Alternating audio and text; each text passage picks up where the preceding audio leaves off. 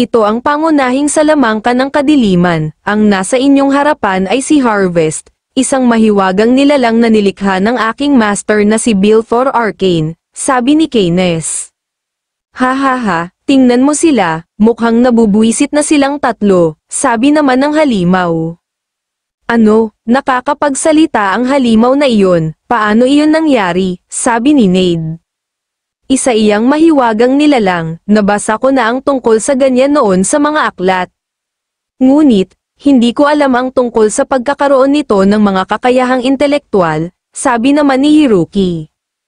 Isang mahiwagang nilalang, anong klaseng nilalang ang isang ito? At saka isa pa, ito ay lubhang matalino, gulat na sabi ni Shirine. Ang alchemy o magic engineering ay maaaring lumikha ng mga pisikal na bagay na hindi malulutas ng mga palaisipan. Ang paglikha ng buhay at ang pag-aaral na ginawa ay tinatawag na magic biology, na kung saan, sinasabing ang kahirapan ay lampas sa imahinasyon ng isang tao. Hahaha, matalino lang ba ako, maganda din ang aking likuran. Hindi ko lamang ito maipakita sa inyo, sabi ng halimaw. Tama ka, matalino talaga si Harvest, siya ay isang mahiwagang nilalang na nagmana sa katalinuhan ni Archmage Belfor Arcane. Naiintindihan mo na ngayon, sabi ni Keynes kay Shirine. Nang mga sandaling iyon, si Shirine ay sobrang nagulat sa kanyang mga nalaman. Hindi kasi niya akalain na ang isang halimaw na nasa kanyang harapan ay nilikha ng isang Archmage na si Belfor Arcane. Inaamin ko na nagtataglay ka ng hindi pangkaraniwang salamangka. Pero, isa ka lamang estudyante, sabi muli ni Keynes kay Shirine. Nagsimula nang umatake si Shirine gamit pa din ang kanyang photon output. Sinabi ko naman sa iyo, hindi uobra sa akin ang iyong salamangka, sabi ni Keynes at inatake din nito pabalik si Shirine gamit ang itim na salamangka. Ngunit, sa kasamaang palad, natalo ng itim na salamangka ni Keynes ang photon output ni Shirine. Si Nade at Hiroki naman ay sobra ang naging pag-aalala para kay Shirine. Kaya naman, nagdesisyon silang lapitan si Shirine.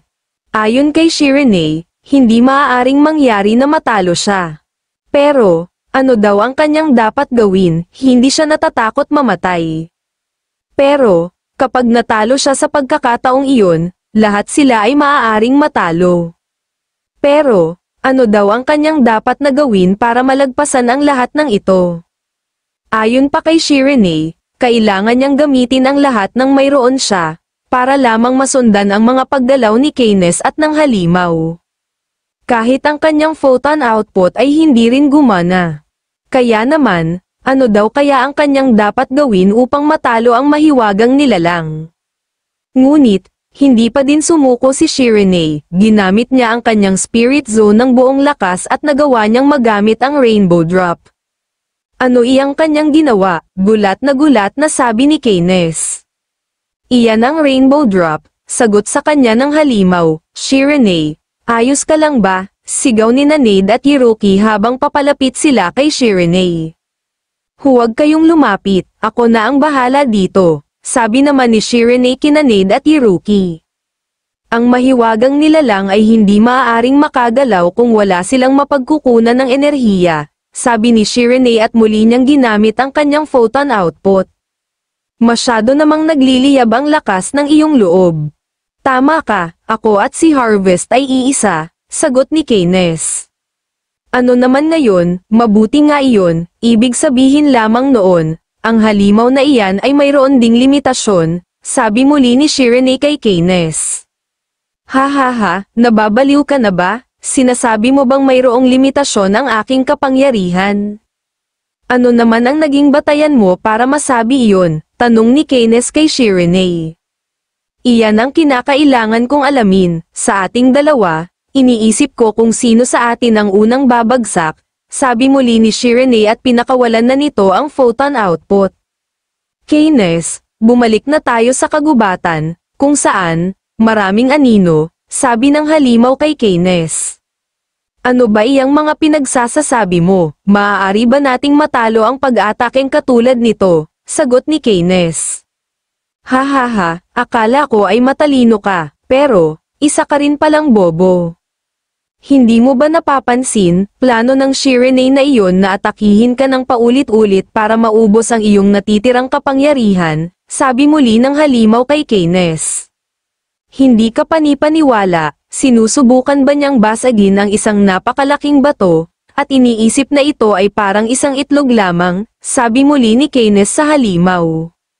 Ito ay isang hangal na diskarte, ngunit, hindi ito isang bagay na dapat kaaliwan. Akitin mo siya patungo sa kagubatan, at pagkatapos, doon natin siya papatayin.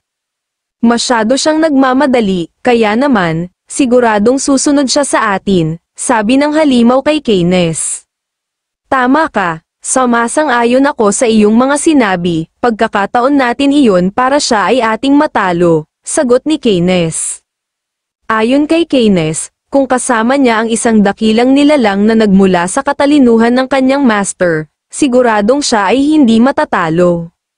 Ginawa nga ni Keynes ang sinabi sa kanya ng halimaw na pumunta sa kagubatan.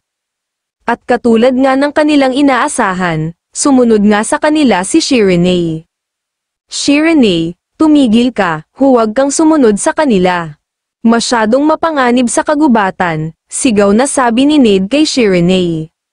Sa kabila nito, nagpatuloy pa din si Shirene patungo sa kagubatan at desidido talaga itong matalo si Keynes at ang halimaw. Sa ilang sandali pa, biglang nagliwanag sa loob ng kagubatan. Wala na tayong magagawa pa, hayaan na lamang natin na si Shirene ang tumalo sa kanya, sabi naman ni Hiroki kay Ned. Tama ka, sagot ni Ned, gawin na lamang natin kung ano ang ating dapat gawin ngayon, sabi muli ni Hiroki at lumingon naman ang dalawa sa kinaroroonan ni Lucas. Ha ha ha, eto na ang oras para ako naman ang magpainit. Magsimula na tayo, seryosong sabi naman ni Lucas, 40 taon na ang nakalilipas. Isang piging ang naganap na pinamunuan ng pamilya ng Bustad. Maaari ba kitang may sayaw, magandang binibini, tanong ni Clump Ogent sa isang babae. Ang babae naman ay biglang natakot kay Clump at dali-dali itong lumayo kay Clump. Sinabi ko sa iyo na humanap ka ng kapareha, bakit ba tinatakot mo sila? Lumalayo tuloy sila sa iyo, sabi naman ni Mir Alpiz kay Clump. Para kasing ang likod ng iyong ulo ay mas higit na mas gwapo pa kaysa sa aking mukha, sagot ni Clump. Kung pinahaba mo ang iyong buhok at ikaw ay nagbihis ng maayos, magiging okay ka. Sabi muli ni Alpiz kay Clump. Hello, ako si Erina, sabi ng isang babae sa isang lalaking naroon din sa sayawan. Pasensya ka na, medyo abala ako ngayon, wala akong oras para makipag-usap sa iyo, sagot ng lalaki bilang pagtanggi. Anong nangyari sa lalaking iyon, bakit kaya niya iniwasan ang isang magandang binibini, tanong ni Alpiz. Siya ang panganay na anak na babae ng Bustad family. Mayroon kasing problema sa kanya, sagot ni Clump, ang isang binibini na nasa unang antas, mayroong problema. Ano namang naging problema sa kanya, tanong muli ni Alpiz kay Clump. Nagpunta ka dito nang wala man lamang kaalam-alam, sa katunayan, hindi siya masyadong matalino. Mayroong nangyaring aksidente noong siya ay bata pa. Nang dahil sa aksidenteng iyon, ang kanyang katalinuhan ay naging parang isang 10 taong gulang na bata. Kadalasan, ang pinuno ng kanilang pamilya ay hindi siya pinapayagang lumabas ng kanyang silid. Pero ngayon, hindi nila ito napipigilang lumabas, ito din ay itinuring na isang kahihiyan ng kanyang pamilya, paliwanag ni Clump. Si Erina pala ay mahilig sa mga kasayahan, kung ganoon, itataas ko ang kanyang reputasyon, sabi muli ni Alpiz. Hoy, teka lang, saan ka pupunta? Hintayin mo ako, huwag kang magmadali. Ang iyong padalos-dalos na gagawin ay magdudulot sa kanya ng hindi magandang resulta, sabi muli ni Clump.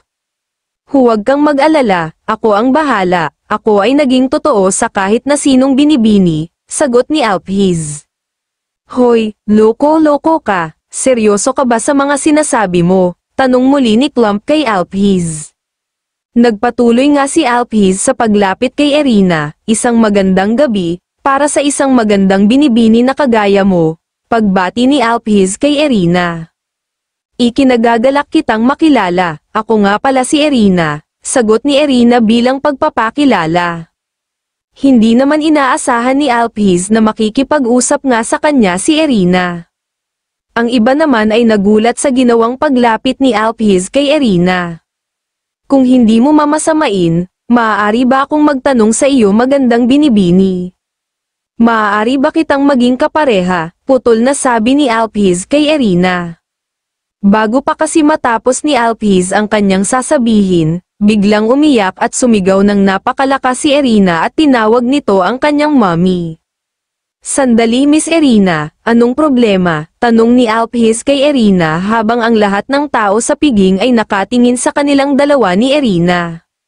Sinabi sa akin ni mommy na ang lahat ng taong kakausap sa akin ay masama. Kailangan ko nang umalis, sagot ni Erina, hindi Miss Erina. Nagkakamali ka, hindi ako masamang tao, hindi totoo ang sinabi sa iyo ng iyong mommy.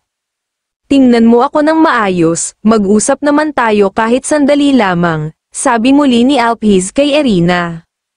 Sino ba ang lalaking iyan? Bakit niya ginugulo si Erina?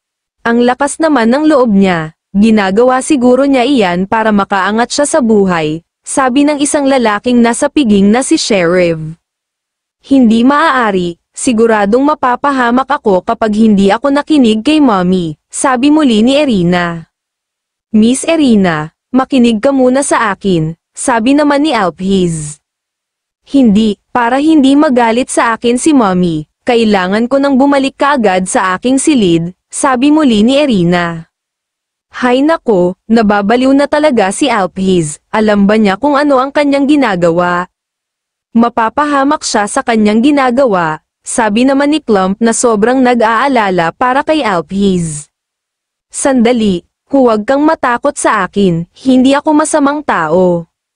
Nais lamang kitang makausap, sabi muli ni Alphys. Matapos noon, si Erina ay tumigil at ito ay huminahon, at pagkatapos, ito ay tumingin kay Alphys. Ganyan nga Miss Erina, sa wakas ay tumingin ka din sa akin. Bakit ba parang takot na takot ka? Wala naman akong masamang gagawin sa iyo. Ang lahat ng tao dito sa piging ay siguradong magiging masaya dahil sa sila ay sumasayaw. At saka isa pa, wala ka namang ginagawang masama, kaya naman, paanong magagalit sa iyo ang iyong mommy? Ayaw mo bang sumayaw? Tingnan mo silang lahat, ang lahat ay nakangiti at masaya dahil sa sila ay malayang nakakasayaw. Ano sa palagay mo, maaari ko bang isayaw ang isang magandang binibining katulad mo? Tanong muli ni Alphys kay Erina at inilahad nito ang kanyang kamay, hindi na sumagot pa si Erina, ang tanging ginawa na lamang niya ay ang epatong ang kanyang kamay sa nakalahad na kamay ni Alphys.